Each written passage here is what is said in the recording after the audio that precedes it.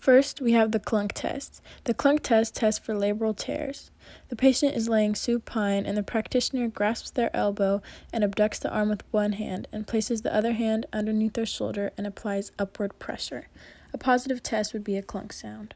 Next, we have the posterior drawer test. This tests for anterior instability of the glenohumeral joint capsule. The patient is laying supine with their arm flexed and abducted 90 degrees. The practitioner should place their hand on the shoulder and apply downward pressure. A positive test would be more than 2 centimeters of movement. The anterior drawer test tests for posterior instability of the glenohumeral joint capsule. The patient is in the same position as the last test, and the practitioner grasps the humeral head with the thumb and index finger and grasps the elbow with their other hand and wiggles the humeral head up and down. Positive test would be lots of movement. Sulcus sign tests for glenohumeral instability. The patient is sitting while the practitioner grasps the elbow and pulls downward. A positive test is a depression just below the acromen. Apleys scratch tests the range of motion of the glenohumeral joint. The patient should be standing, and you should have them try to touch their hands together behind their back and then switch arms, and a positive test would be an inability to perform this task. Spring test tests for AC and SC joint sprains. The patient should be sitting upright while the practitioner presses down on the injured joint. A positive test would be pain or movement of the clavicle. The Emply Can Test tests for a strain of the supraspinatus. The patient should be standing, shoulders abducted 30 degrees, arms adducted 30 degrees, hands open, thumbs facing the floor. The practitioner should apply downward pressure on the wrists, and a positive test would be noted weakness and or pain reports over the supraspinatus. The drop arm test tests for a rotator cuff strain. The patient should be sitting with their shoulder abducted 90 degrees.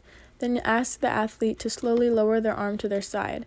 The positive test would be the inability to slowly lower their arm and or pain.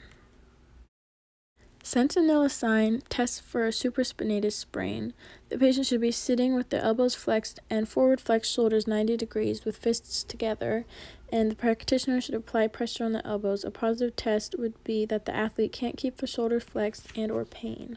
Apprehension test tests for an anterior shoulder dislocation. The patient should be sitting, arm flexed and abducted 90 degrees, and the practitioner should grasp the posterior humerus with one hand and the wrist with the other and externally rotate the shoulder as far as the athlete will allow it.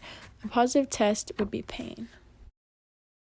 The Speeds test tests for biceps tendinitis. The patient should be seated with their forearms supinated and fully extended. Have the patient raise arm while palpating the bicipital groove and giving resistance. A positive test would be pain and or tenderness to the bicipital groove. Brachial plexus stretch test tests for a stinger or burner. The patient should be sitting while the practitioner pushes their head away from the injured shoulder while applying downward pressure on the shoulder. A positive test would be pain that radiates into the subject's arm. The load and shift test assesses for glenohumeral instability. The patient is sitting while the practitioner applies anterior and posterior pressure on the humeral head, and a positive test would be a lot of movement. Yerganson Test tests for biceps tendinitis. The patient should be seated with their elbows flexed 90 degrees and their fists turned down.